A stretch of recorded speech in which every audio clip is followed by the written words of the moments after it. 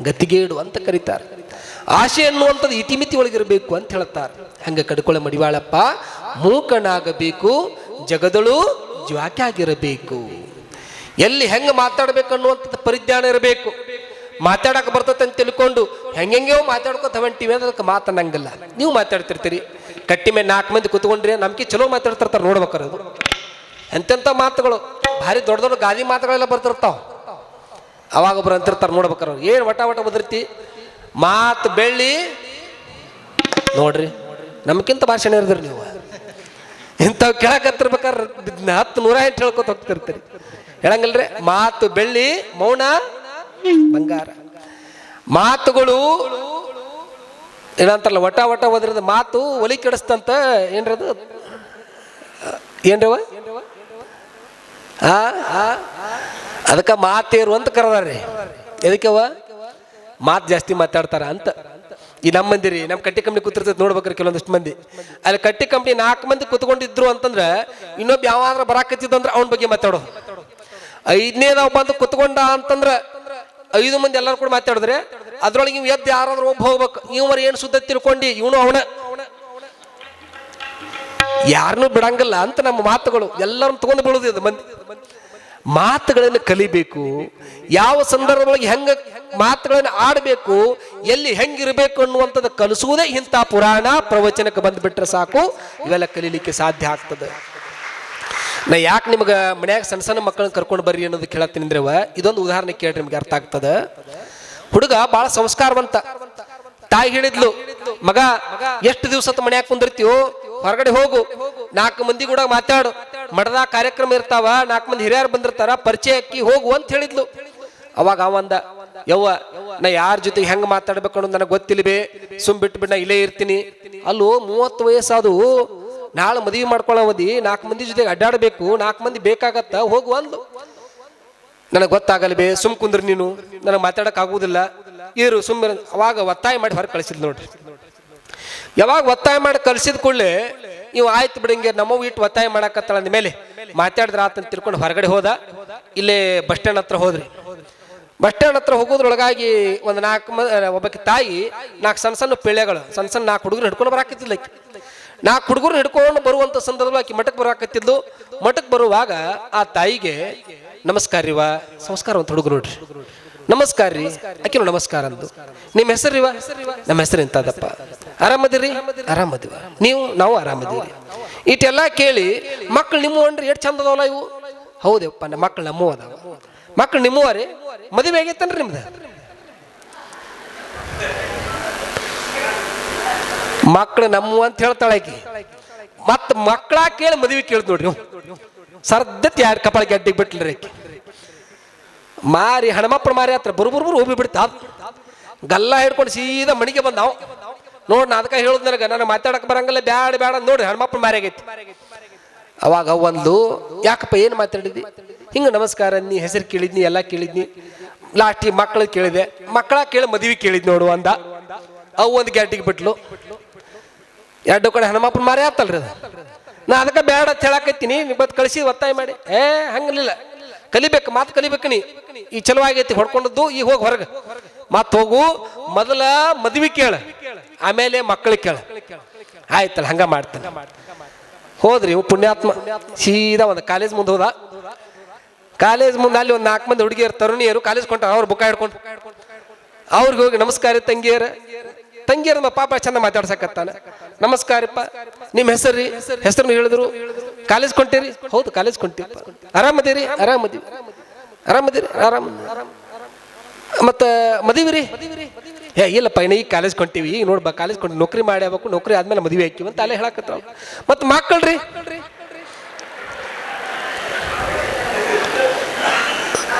ಅಲ್ಲಿ ಆಕೆ ಒಬ್ಬಕ್ಕೆ ನಾ ಬಡ್ದಿಲ್ರಿ. ಇಲ್ಲೇ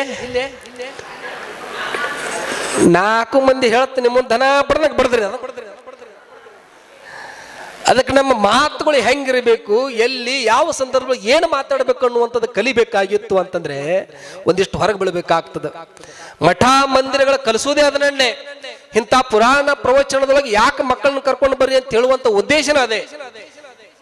ನೀವು ಸುಮ್ಮನೆ ಮಕ್ಕಳು ಇನ್ನೂ ಸಣ್ಣ ಓದಾವ ಅಂತ ಮನ್ಯಾಗ ಕುಂತ್ಕೊಂಡು ಕೂತ್ರಿ ಅಂತಂದ್ರೆ ಈ ಪುರಾಣ ಪ್ರವಚನ ಹಚ್ಚುವಂತ ಉದ್ದೇಶ ಅಜ್ಜವ್ರದ್ದು ಏನದ ಅಂತಂದ್ರೆ ಎಲ್ಲರೂ ಸಂಸ್ಕಾರವಂತರಾಗಬೇಕು, ಎಲ್ಲರೂ ಸಂಸ್ಕೃತಿಯಡೆಗೆ ನಾವು ಪರಂಪರೆಗೆ ಹೋಗ್ಬೇಕನ್ನುವ ಕಾರಣಕ್ಕೋಸ್ಕರವಾಗಿ ಇಂಥ ಪುರಾಣ ಪ್ರವಚನವನ್ನ ಅಜ್ಜವರು ಸಾಕಷ್ಟು ವರ್ಷಗಳ ಇಂಥ ಕಾರ್ಯಗಳನ್ನು ಮಾಡ್ಕೊಂಡು ಬಂದಿದ್ದಾರೆ. ಪ್ರತಿ ವರ್ಷದಲ್ಲ ನಮ್ಮ ಭಾರತ ದೇಶದೊಳಗೆ ಯಾಕೆ ಉಡಿ ತುಂಬುವಂಥದ್ದು, ಯಾಕೆ ಹೆಣ್ಣು ಮಕ್ಕಳನ್ನ ಪೂಜ್ಯ ಭಾವನೆಯಿಂದ ಕಾಣುವಂಥದ್ದು ಸ್ವಲ್ಪ ಅರ್ಥ ಮಾಡ್ಕೋಬೇಕು. ನೀವು ಬೇರೆ ದೇಶಕ್ಕೆ ಹೋದ್ರಿ ಅಂತಂದ್ರೆ ಜನ್ಮ ಕೊಟ್ಟಿರ್ತಕ್ಕಂಥ ತಾಯಿಯನ್ನು ಬಿಟ್ಟು ಕಾಣುವಂತ ಪ್ರತಿಯೊಬ್ಬ ಹೆಣ್ಣು ಮಕ್ಕಳನ್ನ ಹೆಂಡತಿ ರೂಪದೊಳಗೆ ಕಾಣುವಂಥದ್ದು ವಿದೇಶ ಸಂಸ್ಕೃತಿ. ಕಾಣುವಂತ ಪ್ರತಿಯೊಬ್ಬ ಹೆಣ್ಣು ಮಕ್ಕಳನ್ನ ಹೆಂಡತಿ ರೂಪದೊಳಗೆ ಕಾಣುವಂಥದ್ದು ವಿದೇಶ ಸಂಸ್ಕೃತಿ. ಅದ ನಮ್ಮ ಹೆಮ್ಮೆಯ ಭಾರತ ದೇಶಕ್ಕೆ ಬಂದ್ರಿ ಅಂತಂದ್ರೆ ಭಾರತ ದೇಶದೊಳಗೆ ಅಗ್ನಿ ಸಾಕ್ಷಿಯಾಗಿ, ಗುರು ಹಿರಿಯರ ಸಾಕ್ಷಿಯಾಗಿ, ಬಸವಣ್ಣನ ಸಾಕ್ಷಿಯಾಗಿ ಏನು ತಾಳಿ ಕಟ್ಟಿ ಮದುವೆಯನ್ನಾಗಿ ಮಾಡ್ಕೊಂಡಿರ್ತಕ್ಕಂಥ ಮಡದಿಯನ್ನು ಬಿಟ್ಟು ಕಾಣುವಂತ ಪ್ರತಿಯೊಬ್ಬ ಹೆಣ್ಣು ಮಕ್ಕಳು ತಾಯಿ, ಸಹೋದರಿ, ತಂದೆ ಅಂತ ತಿಳ್ಕೊಂಡು, ತಾಯಿ ಅಂತ ತಿಳ್ಕೊಂಡು ನಮಸ್ಕರಿಸುವಂತ ಏಕೈಕ ಸಂಸ್ಕೃತಿಯನ್ನು ಕಾಣಬೇಕಾಗಿತ್ತು ಅಂತಂದ್ರೆ ನಮ್ಮ ಭಾರತ ದೇಶದೊಳಗೆ ಮಾತ್ರ ಬರ್ಲಿಕ್ಕೆ ಸಾಧ್ಯ ಆಗ್ತದೆ. ಆ ಕಾರಣಕ್ಕೆ ಹೆಣ್ಣು ಮಕ್ಕಳಿಗೆ ನಮ್ಮ ಭಾರತ ದೇಶದೊಳಗೆ ಉಡಿ ತುಂಬುವಂತ ಸಂಸ್ಕೃತಿಯನ್ನು ಮಾಡ್ಕೊಂಡು ಬಂದಿದ್ದಾರೆ. ಯಾಕೆ ಉಡಿ ತುಂಬಬೇಕು? ಅದರಲ್ಲಿ ವಿಶೇಷವಾಗಿ ಮದುವೆ ಆಗುವುದಕ್ಕಿಂತ ಪೂರ್ವದೊಳಗೆ ಹೆಣ್ಣು ಮಕ್ಕಳಿಗೆ 3 ರತ್ನಗಳು ಬರ್ತಾವ. ಯಾವ್ಯಾವ 3 ರತ್ನಗಳು? ಯಾವ್ರಿ? ಏನು ಗೊತ್ತಿಲ್ಲ, ಕೂತ್ಬಿಟ್ರಿ ಹಂಗ, ನನಗೆ ಕೂತ್ಬಿಡ್ಲಿ ಹಂಗ ಸುಮ್ಮನೆ. ಯಾವ್ರಿ? ಮದುವೆ ಆದ್ಮೇಲೆ 5 ರತ್ನಗಳಾಗ್ತಾವ. ಮದುವೆ ಆಗೋದಕ್ಕಿಂತ ಪೂರ್ವದೊಳಗ 3 ರತ್ನಗಳಿರ್ತಾವ. ಯಾವ್ಯಾವು? ಹಣಿ ಮೇಲಿನ ಕುಂಕುಮ, ಮುಂದೆ ತಾಳೆ ಮದುವೆ ಆದ್ಮೇಲೆ ಬರ್ತೈತಿ ಅವ, ಮೂಗುಣತ್ತು, ಕೈ ಒಳಗಿನ ಬಳೆಗಳು. ಇವು ಮದುವೆ ಆಗುವುದಕ್ಕಿಂತ ಪೂರ್ವದೊಳಗೆ ಬರುವಂತ 3 ರತ್ನಗಳು. ಇನ್ನು ಮದುವೆ ಆದ ಮೇಲೆ ಕಾಲುಂಗುರ, ತಾಳಿ, ಒಟ್ಟು 5 ಕೂಡಿ ಮುತ್ತು 5 ಮುತ್ತೈದೆ ಅಂತ ಕರೆದ್ರು. ಆ ಕಾರಣಕ್ಕೋಸ್ಕರವಾಗಿ ಅಂತ ಮುತ್ತೈದೆ ತಾಯಿಯನ್ನ ಮೇಲಿಂದ ಮೇಲೆ ಎಚ್ಚರ ಮಾಡ್ಬೇಕನ್ನುವ ಕಾರಣಕ್ಕೋಸ್ಕರವಾಗಿ ಉಡಿ ತುಂಬ್ಕೋಬೇಕಾದ್ರೆ ಹಂಗ ತುಂಬ್ಕೊಳ್ಳೋದಿಲ್ಲವ. ಅದರಲ್ಲಿ ವಿಶೇಷವಾಗಿ ಹಸಿರು ಬಳೆಗಳನ್ನೇ ಹೆಣ್ಣು ಮಕ್ಕಳಿಗೆ ಹಾಕ್ತಾರ. ಯಾಕೆ ಹಾಕ್ತಾರ್ರಿ? ಚಂದ ಕಾಂತವಂತ ಹಾಕ್ತಾರ್ರಿ. ನಮ್ಮ ಹಿರಿಯರು ಯಾವುದನ್ನು ಸುಮ್ಮನೆ ಮಾಡಿಲ್ರಿ. ಅವರು ಹಸಿರು ಬಳೆಗಳನ್ನ ಯಾವ ಕಾರಣಕ್ಕೆ ಕೈಗಳಿಗೆ ಹಾಕಿದ್ರು ನಮ್ಮ ಹಿರಿಯರು ಅಂತಂದ್ರೆ ನಮ್ಮ ಭಾರತ ದೇಶದ ಬೆನ್ನೆಲುಬು ಯಾರ್ರಿ? ಕೋಟಿ ವಿದ್ಯೆಗಿಂತ ಜೈ ಜವಾನ್. ಅಂತ ರೈತಗೊಂದು ಜೋರ್ ಚಪ್ಪಾಳೆ ಹೊಡ್ರಿ ಎಲ್ಲರೂ. ನಮ್ಮ ಮಗಳು ನಾಳೆ ಕೊಡ್ತೀವಿ ನಾವು, ಕನ್ಯಾ ರೈತಗೆ ಕೊಡ್ತೀವಿ ಅಂತ ಹೊಡ್ರಿ. ಅದ ಕೊಡುದಿಲ್ರಿ ಅವರು. ಅದು ಹೇಳಾಕ ಕೇಳಾಕ ಅಟ್ಟ ಚಂದ್ರಿ ಅದು, ಹೌದಿಲ್ರಿ? ತನ್ನ ಬಣ್ಣವನ್ನ ಭೂಮಿಗೆ ಕೊಟ್ಟು ಭೂಮಿಯ ಬಣ್ಣವನ್ನ ತೆಗೆದುಕೊಂಡು ಹಗಲನಂಗಲ ರಾತ್ರಿನಂಗಲ ನೀರ್ ಹಾಯಿಸಿ ನಮಗೆಲ್ಲ ಅನ್ನ ಕೊಡ್ತಾನಲ್ರಿ ರೈತ. ಅಂತ ರೈತಗೆ ಕನ್ಯಾ ಕೊಡಾಕ ಇವತ್ತಿನ ದಿವಸ ಎಷ್ಟೋ ಮಠಕ್ಕೆ ಬರ್ತಿರ್ತಾರೆ. ಅಜ್ಜಾರ್ತ ಬಂದ್ ಕೇಳ್ತಿರ್ತಾರೆ, ಅಜ್ಜಾರ ಕನ್ಯಾನ ಸಿಗೋಲಿಗೆ ಅವ್ರ ಸಾಕಾಗಿ ಹೋಗೈತಿ. 100 ಎಕರೆ ತಗೊಂಡು ಮಾಡೋದೇನು? ಕನ್ಯಾ ಕೊಡಾಕ ಯಾರು ಮುಂದೆ ಬರಾಕ್ ತಯಾರಿಲ್ಲ. ಕೊಡ್ಬೇಕವ್ವ, ನಮಗೆ ಅನ್ನವನ್ನು ಕೊಡುವಂತ ನೀವೆಲ್ಲ ತಿಳ್ಕೊಂಡಿರ್ಬೇಕು. ಇನ್ನೊಂದು 10 ವರ್ಷ ಬಿಟ್ಟಿವಿ ಅಂತಂದ್ರೆ ಯಾರು 1 ಎಕರೆ ಜಮೀನು ಇರ್ತದಲ್ಲ ಅವನ ಲ್ಯಾಂಡ್ ಲಾರ್ಡ್, ಅವನ ಇಡೀ ಜಗತ್ತಿಗೆ ಅನ್ನ ಹಾಕುವಂತ ರೈತ, ಅವನಿಗೆ ಹುಡುಕಾಡ್ಕೊಂಡು ಕನ್ಯಾ ಕೊಡುವಂತ ಪರಿಸ್ಥಿತಿ ಬರ್ತದೆ. ನೋಡಾಕದಿರ್ಬೇಕಾರೆ ಒಂದು 10 ವರ್ಷದೊಳಗಾಗಿ, ಇನ್ನೇನು ಭಾಳ ದಿವಸ ಮುಂದೆ ಹೋಗುದಿಲ್ಲ ಅದು. ಆದ್ರೆ ನಮ್ಮ ಭಾರತ ದೇಶದೊಳಗೆ ದೇಶದ ಬೆನ್ನೆಲುಬು ಅಂತ ತಿಳ್ಕೊಂಡು ರೈತನನ್ನ ಕರ್ಕೊಂಡು ಬರ್ತೀವಿ. ಅಂತ ರೈತ ಬೆಳೆದಿರ್ತಕ್ಕಂಥ ಹಸಿರನ್ನ ಉಸಿರನ್ನಾಗಿ ಮಾಡುವಂತ ಶಕ್ತಿ ತಾಯಿಯ ಕೈ ಒಳಗೈತಿ ಎನ್ನುವ ಕಾರಣಕ್ಕೆ ಅನ್ನಪೂರ್ಣೇಶ್ವರಿ ಎನ್ನುವ ಕಾರಣಕ್ಕೆ ನಿನ್ನ ಕೈಗಳಿಗೆ ಹಸಿರು ಬಳೆಗಳನ್ನು ಹಾಕೊಂಡು ಬಂದ್ರು. ನಮ್ಮ ಭಾರತ ದೇಶದೊಳಗೆ ಹಸಿರು ಬಳೆಗಳು ಹಾಕ್ತಾರಲ್ರಿ ಮದುವೆ ಮುಂಜುವಿದ್ದಾಗ, ಹೆಚ್ಚಾಗಿ ಮದುವೆ ಕಾರ್ಯಕ್ರಮ ಇದ್ದಾಗ ಹಸಿರು ಬಳೆಗಳನ್ನ ಹಾಕ್ತಾರೆ. ಎದಕ್ಕ? ಅದು ರೈತನ ಸಂಕೇತ ಅನ್ನುವ ಕಾರಣಕ್ಕೆ. ಇನ್ನ ಹಣಿ ಮೇಲೆ ಕುಂಕುಮ ಯಾವ ಬಣ್ಣದ್ದದ? ಕೆಂಪು ಬಣ್ಣದ್ದದ. ಅವಾಗಿನ ಕಾಲದೊಳಗ ಒಬ್ಬ ಹೆಣ್ಮಗಳು, ವಯಸ್ಸಾಗಿರ್ತಕ್ಕಂಥ ಹೆಣ್ಮಗಳು ಹಣಿ ತುಂಬಾ ದೊಡ್ಡ 3 ಕುಂಕುಮ ಹಚ್ಕೊಂಡಿದ್ದು ಅಂತಂದ್ರೆ ಆ ಕುಂಕುಮ ನೋಡಿ ಹೇಳ್ತಿದ್ರಂತ ಇವ್ರ ಸಂಸಾರ ಹೆಂಗೈತಿ ಅಂತ. ಹಣಿ ತುಂಬಾ ಕುಂಕುಮ ಹಚ್ಕೊಂಡಿದ್ರು ಅಂದ್ರೆ ಗಂಡ ಹೆಂಡತಿ ಬಹಳ ಅನ್ಯೋನ್ಯವಾಗ್ಯಾರ ಅಂತ ತಿಳ್ಕೊತಿದ್ರು. ಈಗ ಟಿಕಳಿ, ಗಂಡನ ಸಂಕೇತ ಟಿಕಳಿ. ನೀ ಅಲ್ಲಿ ಕುಂದ್ರ, ನೀ ಇಲ್ಲಿ ಕುಂದ್ರ, ಟಿಕಳಿ ಓದೋ ತುರ್ಸಾಕತ್ತಾರಲ್ಲ ಕಡೆ, ಹೌದಿಲ್ರಿ? ಬಾಳ ಮಂದಿ ಮಠಕ್ಕೆ ಬರ್ತಿರ್ತಾರ, ಅಜಾರ ಲಗ್ನ ಮಿಸಿವ್ರಿ ಸ್ವಲ್ಪ ಲಗ್ನ ಪತ್ರ ಬರೆದು ಕೊಡ್ರಿ ಅಂತ. ಅವಾಗೆಲ್ಲ ಹಿಂದೆ ಬರಿತಿದ್ರಿ ಚಿ ಕುಂ ಸೌ ಕಾಮ್ ಮುಂದೆ ಹುಡುಗಿ ಹೆಸರು. ಇವಂಗ ಚಿ ಇವ್ ಚಿ ಒಂದರಿ ಇವಂಗ ನಿಮ್ಗೆ ನೋಡಿ ಎಟ್ಟುದ್ದೈತಿ ನೋಡ್ರಿ ಅದು ಚೀ ಕುಂ ಸೌ ಕಾಂ ಅಂದ್ರ ಏನಿದ್ರ ಅರ್ಥ ರೀ? ಚಿರಂಜೀವಿ, ಕುಂಕುಮ, ಸೌಭಾಗ್ಯವತಿ, ಕಾಂತಿ ಅಂತ ಹೌದಲ್ರಿ ಇದ್ರ ಅರ್ಥ. ಇವಂಗ ಚಿ ಒಂದರಿ ಇವಂಗ ಚಿ ಏನಿದ್ರ ಅರ್ಥ? ಚಿರಂಜೀವಿ. ನಿಮ್ಗೆ ಇಟ್ಟು ಬಿರುದಾವಳಿದ ನೋಡ್ರಿ ಅವ ನಾಲ್ಕು. ಅದಕ್ಕೆ ನಾವು ಅವ್ರಿಗೆ ಅಂತಿರ್ತೀವಿ ಚೀ ಕುಂ ಸೌ ಕಾಂ ತೆಗದ ಅದನ್ನ ಚೀಟಿ ಸೌಭಾಗ್ಯವತಿ ಅಂತ ಮಾಡಾಕೈತಿ ನಾವೀಗ. ಏನ್ರಿ ಅರ್ಥ? ಚೀಟಿ ಸೌಭಾಗ್ಯ ಅಂದ್ರೆ ಏನ್ರಿ? ಚಿರಂಜೀವಿ, ಟಿಕಳಿ, ಸೌಭಾಗ್ಯವತಿ. ಮತ್ ಕುಂಕುಮ ಹಚ್ಕೊಳ್ಬಿಡ್ತದ ಮತ್ತೆ ಹೆಂಗ್ ಬರ್ತದ ಹಂಗ ಹೋಗ್ಬೇಕಲ್ಲ. ಕಾಲಾಯ ತಸ್ಮೈ ನಮ್ಮ ಕಾಲ ಹೆಂಗ್ ಬರ್ತದ ಹಂಗ ಹೋಗ್ಬೇಕಾಗ್ಯದ. ಅದಕ್ಕೆ ಹಿಂಗ್ ಚೀಟಿ ಸೌಭಾಗ್ಯತೆ ಮಾಡೋಣ ನಾಕೈತಿವಿ ನಾವೀಗ. ಹಚ್ಕೋಬೇಕವ್ವ.